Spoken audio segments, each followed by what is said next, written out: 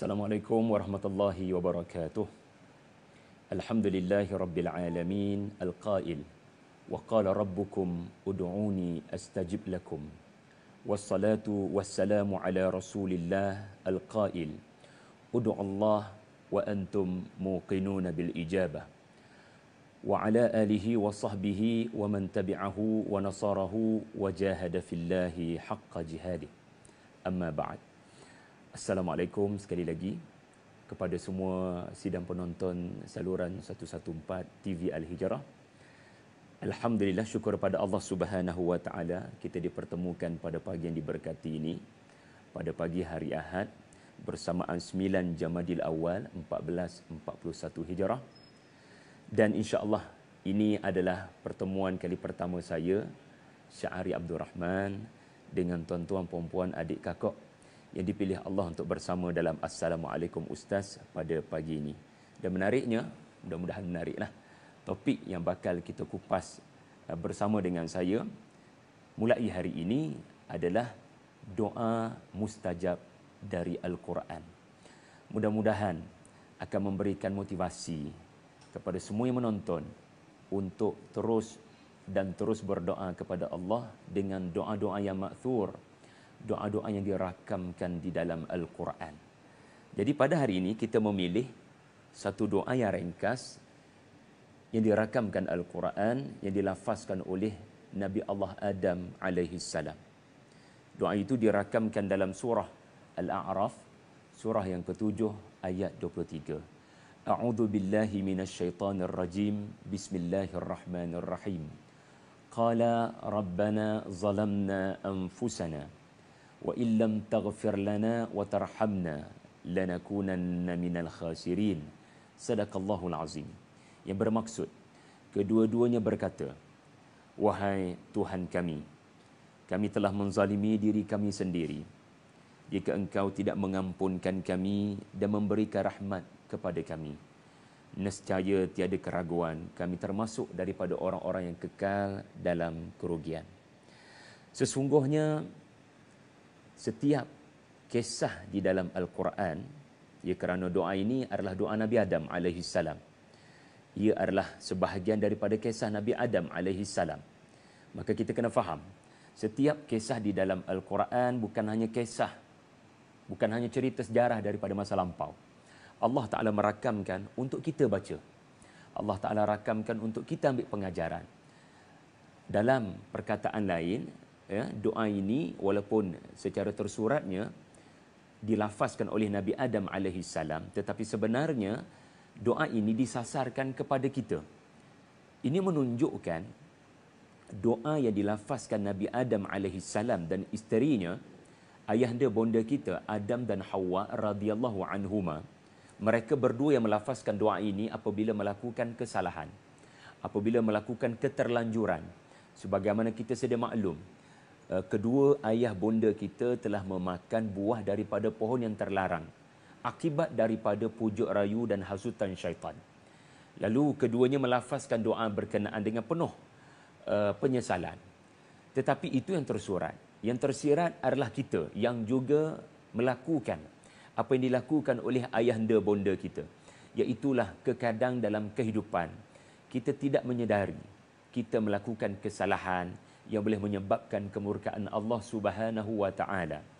Maka Allah Subhanahu wa taala menjadikan doa ini, ya, lafaznya dan maknanya bukan hanya untuk menceritakan tentang Nabi Adam dan isterinya melafazkan, tetapi untuk kita melafazkannya, ya, kerana Allah Ta'ala Maha mengetahui, ya, bukan sekadar hambanya yang bernama Adam dan Hawa radhiyallahu anhuma, tetapi Allah juga Maha mengetahui adanya anak-anak Adam sampai hari kiamat seperti saya dan anda akan melakukan kesalahan dan keterlanjuran.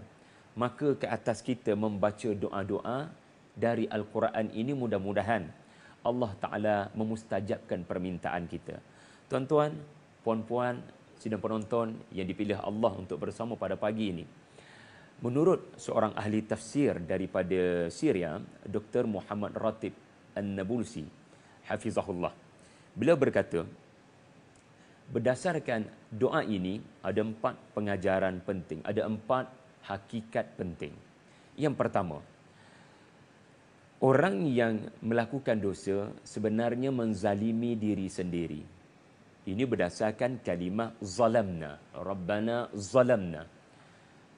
Ini menunjukkan seseorang yang melakukan dosa sebenarnya, walaupun dosa itu barangkali menyeronokkan. Ya, siapa tak suka untuk mengata orang lain? Siapa tak suka untuk makan dengan pelahapnya, makan apa sahaja, sedangkan sumber membeli makanan berkenaan daripada sumber yang haram, na'udzubillah. Siapa tak suka untuk melakukan dosa? Dosa memang lazat. Dosa memang menyeronokkan, tetapi berdasarkan perkataan ulama berkenaan, orang yang melakukan dosa sebenarnya sedang melakukan kezaliman dan keburukan kepada diri sendiri sebenarnya. Kenapa ya? Kerana semakin seseorang itu melakukan dosa, sebenarnya dia sedang menghapuskan ketenangan dari dalam hatinya. Dia sedang menghakis kebahagiaan yang Allah kurniakan kepada fitrahnya, kepada hatinya, kepada emosinya. Jadi apa faedah seseorang menanggung derita batinnya dengan tidak bahagia, dengan dari hari ke hari menambah dosa? So dosa ni sebenarnya menimbulkan kezaliman dan keburukan pada diri sendiri, walaupun tersuratnya memberikan keseronokan. Jadi ada sebab Nabi Adam AS melafazkan zalamna dan tidak melafazkan kami berdua melakukan dosa. Keduanya melafazkan kami menzalimi diri kami. Kerana dosa itu memberikan kezaliman dan keburukan pada diri sendiri kita, walaupun kita tidak menyedari barangkali ketika kita melakukan dosa. Yang kedua, melakukan dosa sebenarnya orang yang rugi. Ini berdasarkan perkataan khasirin. Orang yang melakukan dosa, orang yang mengumpulkan dosa, sebenarnya orang yang sedang melakukan kerugian kepada hidupnya. Hari ini tuan-tuan puan-puan sekalian, orang untung, orang rugi dikaitkan dengan wang ringgit. Dan itulah yang ada dalam fikiran kita barangkali dan anak-anak kita besarkan. Semoga kita membesar dengan hakikat penerangan daripada Al-Quran.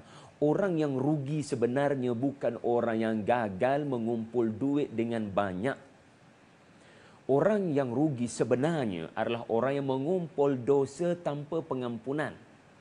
Ini yang kita belajar daripada lafaz doa Nabi Adam AS ini. Okey? Sebelum saya sambung yang ketiga, jangan lupa ya, kalau mahu bertanya soalan, ajukan di Facebook TV Al-Hijrah. Ya, kepada saya insya-Allah saya akan santuni sekadar yang saya boleh untuk menjawab persoalan. Okey. Yang ketiga, kata An-Nabulsi hafizahullah, berdasarkan doa ini mengajar kita manusia dan kesalahan tidak boleh dipisahkan. Bukan manusia lah kalau tidak melakukan kesalahan, itu maknanya Rasul Al-Mursalin, maksum. Jadi kerana kita ni manusia, kita tak boleh untuk memisahkan diri daripada melakukan kesalahan. Tetapi kata An-Nabulsi, bukan keaiban seseorang yang terbuat dosa atau melakukan dosa. Aib adalah orang yang kekal berdosa.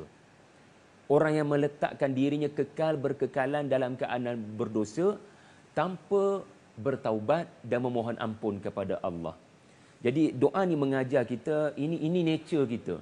Ini sifat kita. Kita memang akan kekadang tanpa menyedari terlanjur. Tetapi yang mulianya, orang yang mulia di sisi Allah adalah mereka yang beristighfar dan bertaubat dengan doa-doa ini kerana tidak meletakkan dirinya kekal dalam keadaan berdosa. Ya. Dan terakhir, ya, kata An-Nabulsi adalah Allah Subhanahu wa taala menciptakan syahwat. Allah yang sama Azza wa Jalla mensyariatkan taubat. Allah ciptakan kita dengan bukti-bukti yang menunjukkan kita makhluk yang lemah. Antaranya Allah Ta'ala masukkan dalam tubuh kita nafsu syahwat. Ini menunjukkan Allah Maha mengetahui dengan adanya nafsu berkenaan, makhluknya akan diuji dan terkadang terlanjur, tersingkir daripada jalan yang lurus. Maka Allah dari awal lagi, ya, telah menurunkan kalimat kepada ayahanda bonda kita. Dan sebenarnya kalimat itu juga diturunkan seolah-olah kepada kita sebagai bimbingan. Ya, sebagai satu bentuk pemberitahuan syariat taubat. Dan kalau kita perhatikan perkataan lebih kurang 12 perkataan pada ayat 23 suratul A'raf berkenaan, lebih kurang 49 huruf berkenaan, ia sangat ringkas tuan-tuan. Kita boleh baca satu nafas sahaja. Rabbana zalamna anfusana wa illam taghfir lana wa tarhamna lanakunanna minal khasirin. Kita boleh baca senafas sahaja. Tetapi ini menunjukkan Islam agama yang memudahkan. Kalau nak bertaubat, alhamdulillah sebagai umat Nabi Muhammad, untuk bertaubat tidak perlu melakukan perkara-perkara menyusahkan dan membebankan. Ya, setengah orang bila nak bertaubat kepada Tuhan, macam-macam konsep sesat yang diberitahu kepadanya, seperti kena seksa diri, kena korbankan sesuatu. Kalau kita kajilah sejarah-sejarah peradaban-peradaban terdahulu, ya, konsep pengampunan kena berbentuk kononnya mengorbankan sesuatu. Ya, Islam datang dengan yassarna, ya, kami memudahkan kamu dengan Al-Quran. Antaranya adalah dengan lafaz yang ringkas tetapi bernas. Ya, barangkali ada yang bertanya, ya, barangkali ada yang bertanya, boleh tak berdoa, ya, bukan dalam bahasa Arab, Ustaz? Sebab bahasa Arab dengan kehidupan saya ni bagaikan langit dengan bumi lah. Ya, mungkin jarang benar bercakap dengan bahasa Arab. Barangkali hidup jauh daripada Al-Quran. Tidak ada masalah sebenarnya untuk melafazkan doa ini atau mana-mana doa dalam bahasa Melayu. Allah Ta'ala yang mengilhamkan bahasa. Allah Ta'ala yang memberikan kepada manusia bayan. Ya, yang memberikan manusia kemampuan berbahasa. Sama ada bahasa Arab atau bahasa Melayu. Maka keceklah apa pun bahasa, cakaplah apa pun bahasa dalam doa.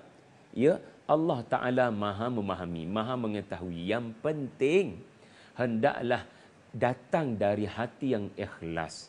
Bab kata Nabi SAW tadi, Udu Allah wa antum muqinuna bil ijabah. Masih kita lafaz tu, ya, dan doa ini adalah doa apabila terlanjur melakukan kesalahan, maka hendaklah pelafaz doa membacakan walau dalam bahasa Melayu, wahai Tuhan kami telah menzalimi diri kami, maka kalau kau tidak ampunkan dosa kami dan memberikan rahmat kepada kami pasti tergolong daripada orang-orang yang rugi. Sebut dalam bahasa Melayu pun tak apa, asalkan, ya, kita melafazkan daripada hati yang ikhlas dan keyakinan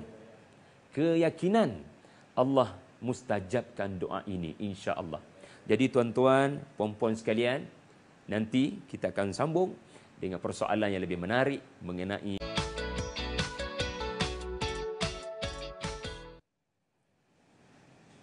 Assalamualaikum warahmatullahi wabarakatuh. Kembali di TV Al-Hijrah. Alhamdulillah ada soalan daripada Puan Rafidah Endong. Moga Allah merahmati Puan. Ustaz, perlu tak membaca doa dari Al-Quran dengan tajwid yang tepat?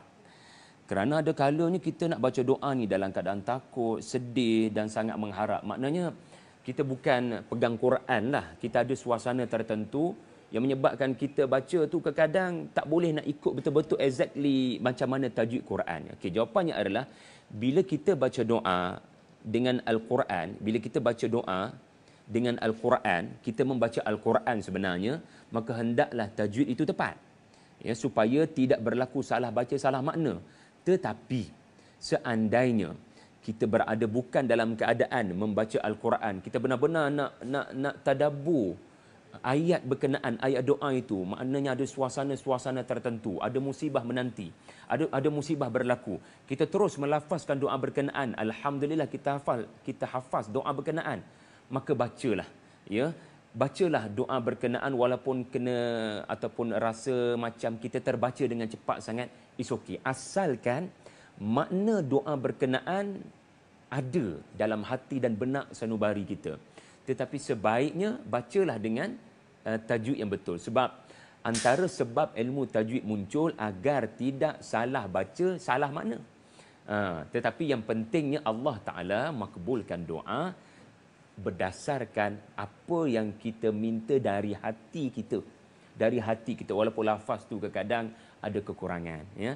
Okey, Soalan yang kedua daripada Puan Zainura Anwar. Kita digalakkan berdoa untuk dapat syurga Firdaus.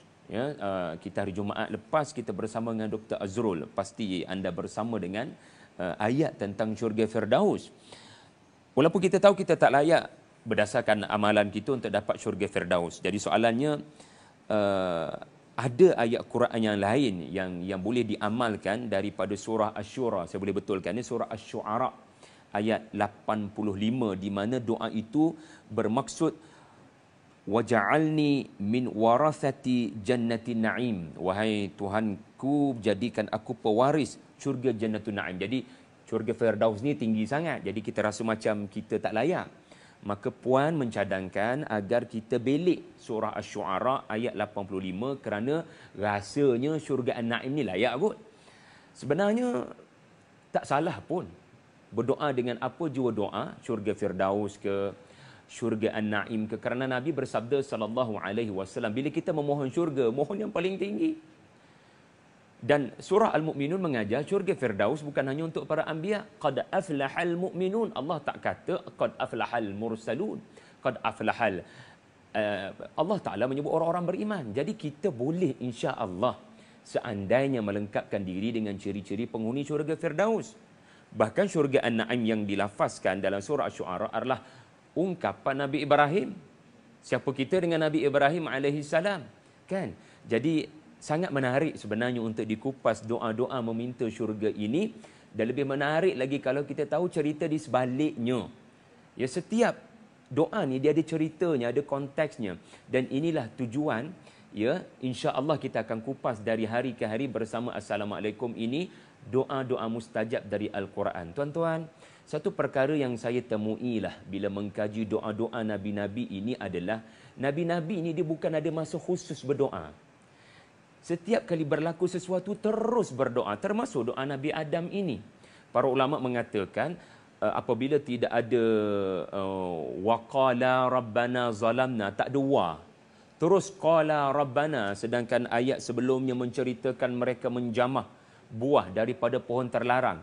Terus ya, tanpa Allah Taala sebut dan, menunjukkan kedua-dua Adam dan Hawa radhiyallahu anhuma bergegas.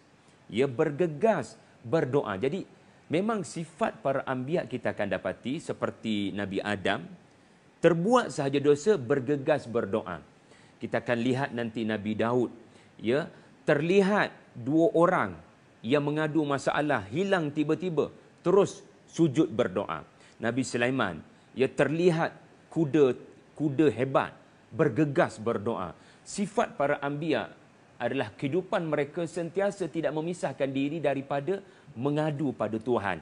Ketika kita barangkali kebanyakannya mengadu di FB, di laman sosial.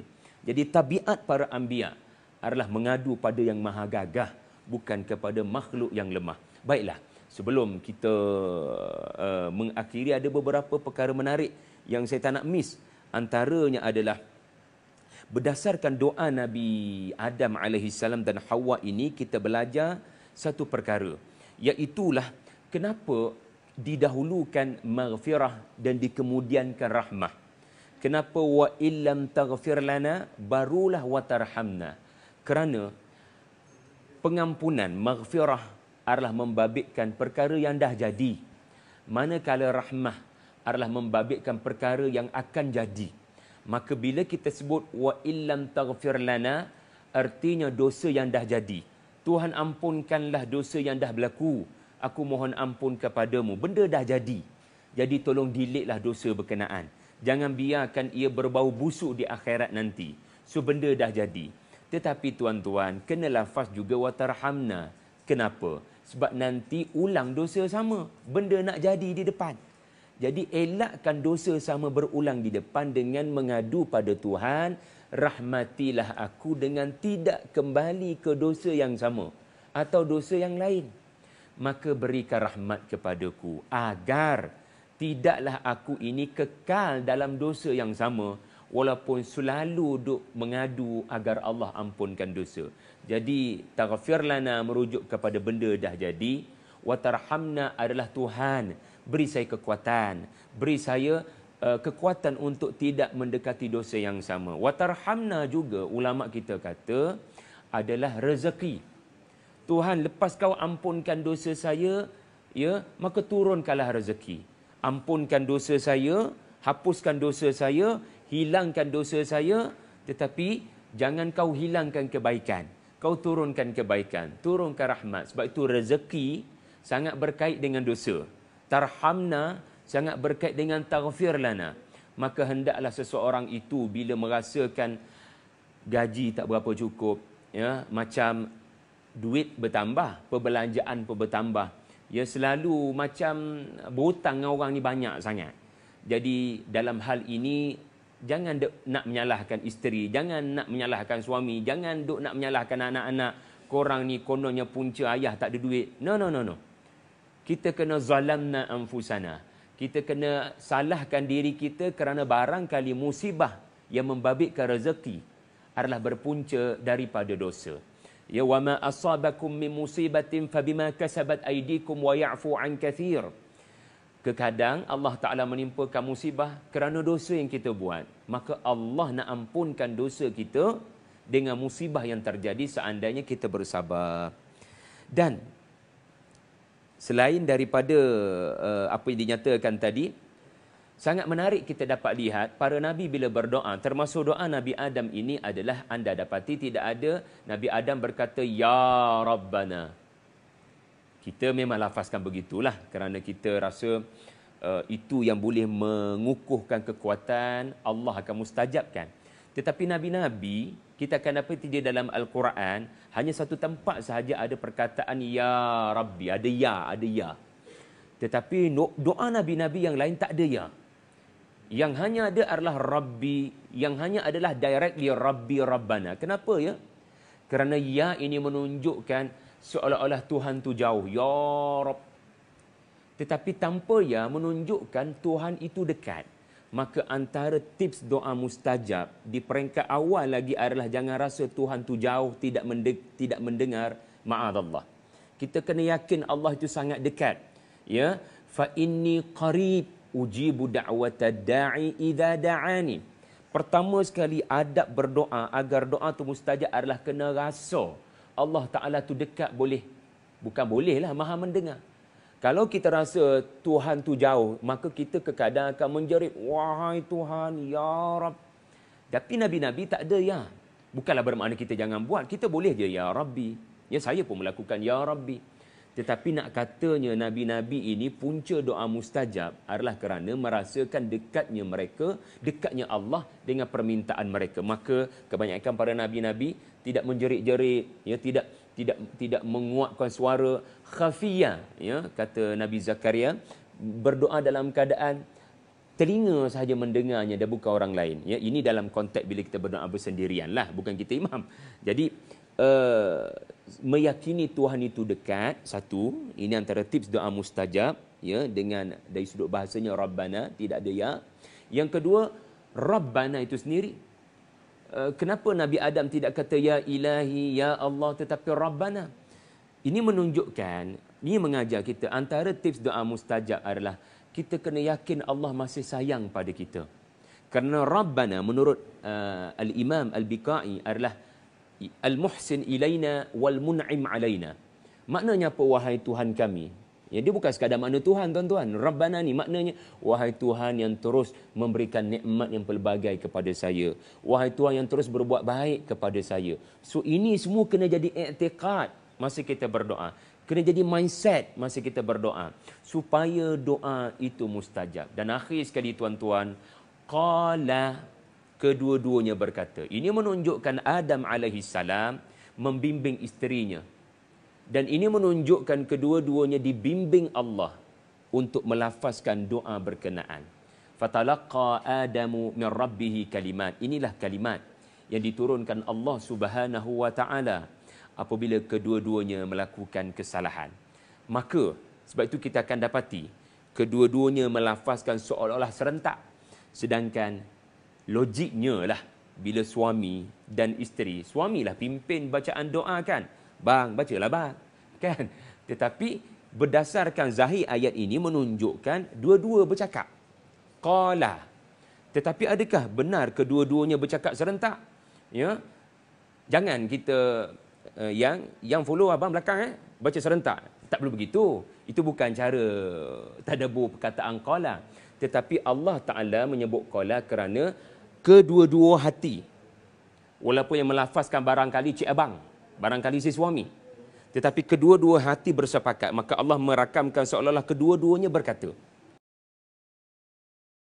Dengan kalimat yang telah diturunkan Allah, maka kedua-duanya berkata sedemikian. Ya, kerana logiknya bagaimana ya seorang lelaki dengan seorang perempuan boleh untuk bercakap dengan percakapan yang sama, sedangkan keduanya tidak mengaji daripada sesiapa. Ini menarik daripada Syekh Mutawalli Sya'rawi. Bagaimana kedua-dua boleh melafazkan lafaz sama, sedangkan logiknya pasti gaya bahasa berbeza. Ini menunjukkan keduanya melafazkan selepas menerima daripada Allah. Maka ini selarilah dengan keterangan ayat yang saya bacakan tadi, Al-Baqarah ayat 37. Dan qala menunjukkan sama ada Adam ataupun Hawa, kedua-duanya lafazkan kerana kedua-duanya saling rasa bertanggungjawab dengan dosa dan keterlanjuran yang telah dilakukan. Bukan Hawa menyalahkan Adam, bukan Adam menyalahkan Hawa, kedua-duanya rasa bertanggungjawab dengan dosa yang telah dilakukan. Jadi mudah-mudahan perkongsian singkat dan ringkas ini memberikan makna kepada tuan-tuan puan-puan untuk membaca dan menghafal doa ini insya-Allah. Mohon maafkan saya kalau ada keterlanjuran. Aku qauli hadza wa astaghfirullah li wa lakum wa billahi taufiq wal hidayah. Wassalamualaikum warahmatullahi wabarakatuh.